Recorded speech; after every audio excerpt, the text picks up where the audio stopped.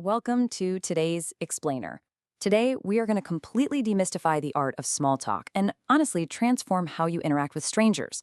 If you've ever found yourself standing next to someone you don't know, desperately searching your brain for something, literally anything to say, well, you are in the exact right place. We're going to look at a highly effective, incredibly structured approach to mastering your everyday conversations. Okay, let's dive into this because it's the ultimate question, isn't it? How do you get a stranger to open up without making things, weird? We have all experienced that universal pain point of the agonizing, awkward silence. You ask a question, they give a one-word answer, and the conversation just completely flatlines. It is so uncomfortable for everyone involved. But getting someone, especially someone who's maybe a little shy, to genuinely open up can be an incredibly rewarding experience. The ultimate solution to bypassing those awkward silences is a specific conversational playbook known as the ping-pong method. Section 1, the ping-pong method, framing the conversation. Now, before you go grabbing a paddle, we aren't talking about literally playing table tennis here. The ping-pong method is a psychological conversational framework where dialogue is naturally bounced back and forth.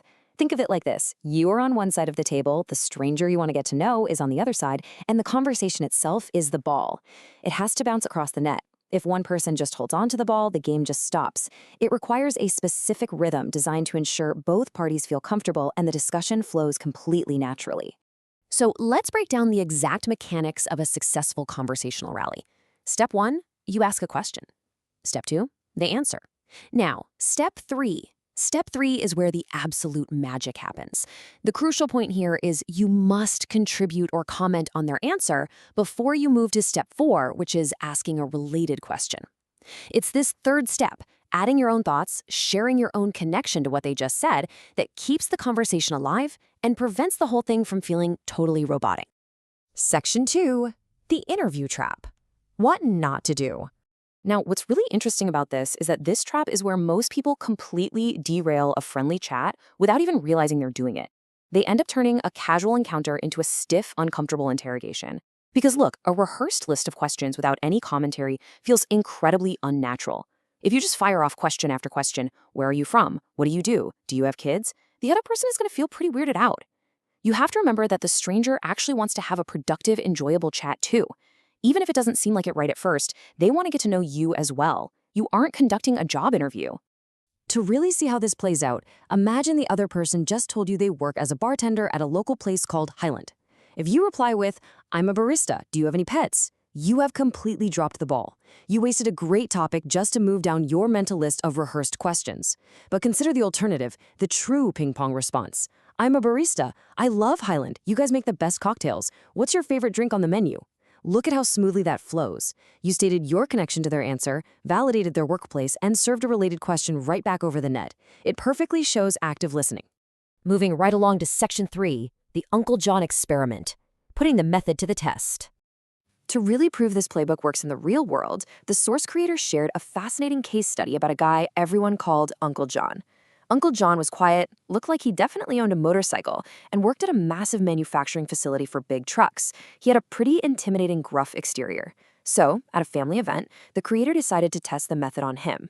At first, Uncle John was polite, sure, but very quiet. He was giving short, sufficient, basic answers. He really wasn't giving much away, and the rally was barely making it over the net. But then, the host stumbled onto an absolute goldmine of a topic. It turns out, Uncle John and his wife adopt stray cats. Now, this is where the method kicked into high gear. Instead of awkwardly changing the subject, the host kept the rally going by leaning hard into steps 3 and 4. They asked, where did you get the cats? Do you have to take them to the vet for shots? Do they get fixed? Wait, how old are they? How many do you actually have? And with every single question, the host added their own thoughts and showed genuine, authentic interest. Because of that, Uncle John elaborated further and further every single time. And this brilliantly illustrates the true power of this method. Just listen to this quote from the source. He even put his hands up and pretended they were like paws to show me how cute one of his cats was. I mean, what an amazing mental image. It completely blew the host away. Here was this gruff, quiet, biker-looking guy who hadn't spoken to anyone for an hour, suddenly gushing about tiny kittens.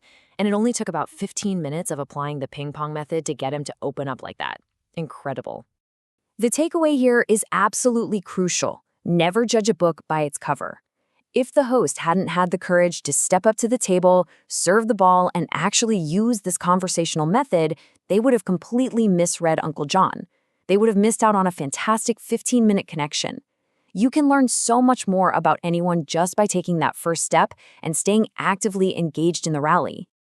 And that brings us to our final section, your next great chat. Extra tips for success. The ping pong framework is your solid foundation, but the source creator also provides some rapid-fire supplemental tricks to really elevate your game and make sure the conversation flows beautifully. First off, use humor to keep things light. Second, make natural, but not forced or creepy, eye contact. Third, use the other person's name. It builds instant rapport. And finally, display confident listening body language. Think of these nonverbal cues as the spin on your ping pong ball. They make your returns that much more effective and show the other person you are fully 100% present in the match. By the way, if you are finding this breakdown as fascinating as I am, the creator from our source material actually offers a free 4-day brain bootcamp. It's perfectly designed for anyone who wants to dive even deeper into exciting social skills, tools, stories, and even some clever dating tricks.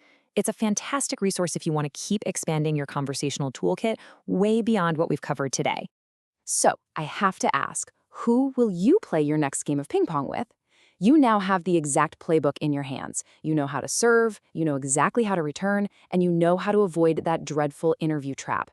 Challenge yourself today. Take this framework, step right up to the table, and confidently apply it to your very next encounter with a stranger. You might just be completely amazed at the connections you unlock. Thanks for joining me for this explainer, and get out there and start chatting.